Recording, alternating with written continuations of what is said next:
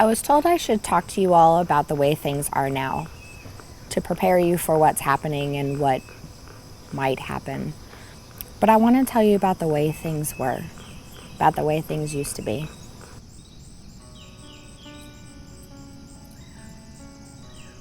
The day my husband and I moved into this neighborhood, there were kids playing around out in the street, just goofing around, doing kid things.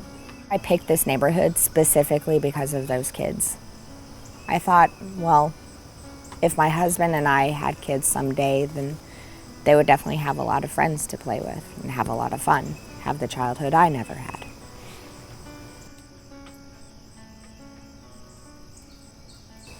There was someone barbecuing at the end of the cul-de-sac, and I watched other neighbors flock to their house to go get some food while I was unloading one of the trucks.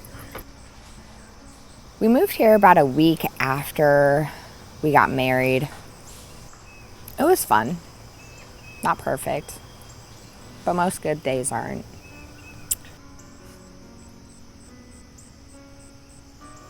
That day seems so long ago now. My best friend was my maid of honor.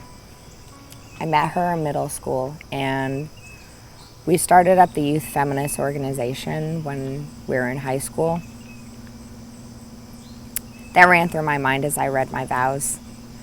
My husband and I wanted to write our own vows, and when I was reading mine, I promised him that I would be the loving, faithful wife that he had always dreamed of. I heard her chuckling behind me as I read it. It was weird for me to say at the time. I find myself acting like that particular wife more and more each day. Being the wife that someone actually dreams of. You'd be amazed, though, what people do for those they love. This became clear to me after my husband, well, if you're watching this, you know about him.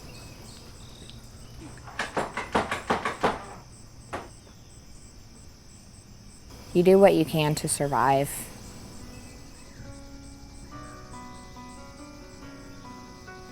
All of the prepping in the world couldn't prepare me for this awful feeling that even though my husband is the one who's infected, I'm the one left without an identity.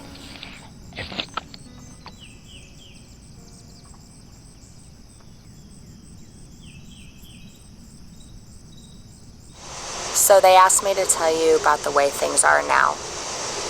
Well, Z-Day preppers, don't bother trying to use your head.